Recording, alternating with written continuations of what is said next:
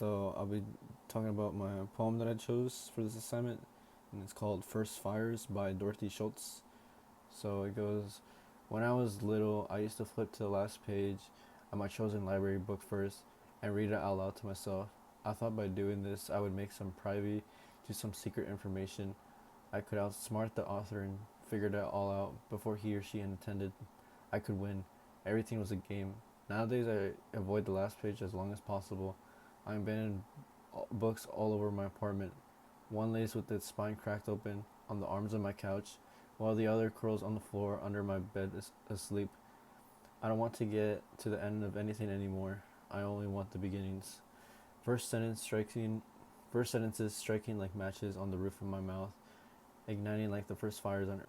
So I connected with this poem because I felt like in my life I always try to like cut corners and always try to take shortcuts, and I felt like throughout my years, uh, I just wasn't myself because when I cut corners and I kind of, cheat the system, and by doing this, it kind of makes me feel like I don't learn anything out of it, especially if it's like a test, because sure I get the end result, but what do I learn from it? So I really don't like that at all. And throughout the years, I felt like I've reflected on it, and I've gotten better at like not cutting corners and not taking shortcuts in life, and always, following through from the beginning.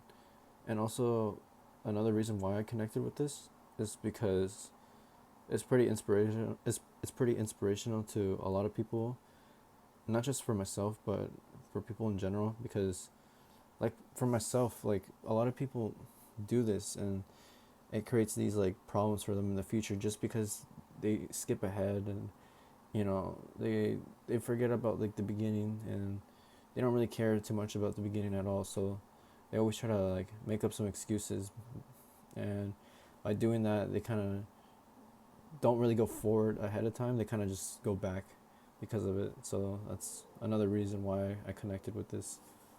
So I picked this because I thought it was pretty inspirational, and it's getting to the last 2 weeks of the semester, and during these times, it gets pretty challenging for all of us. So I found this poem very inspirational to me, and also the fact that like we shouldn't jump to the end of a chapter or anything in life, because if we do, we're kind of just cheating ourselves into thinking that we're getting the end result, which we're not.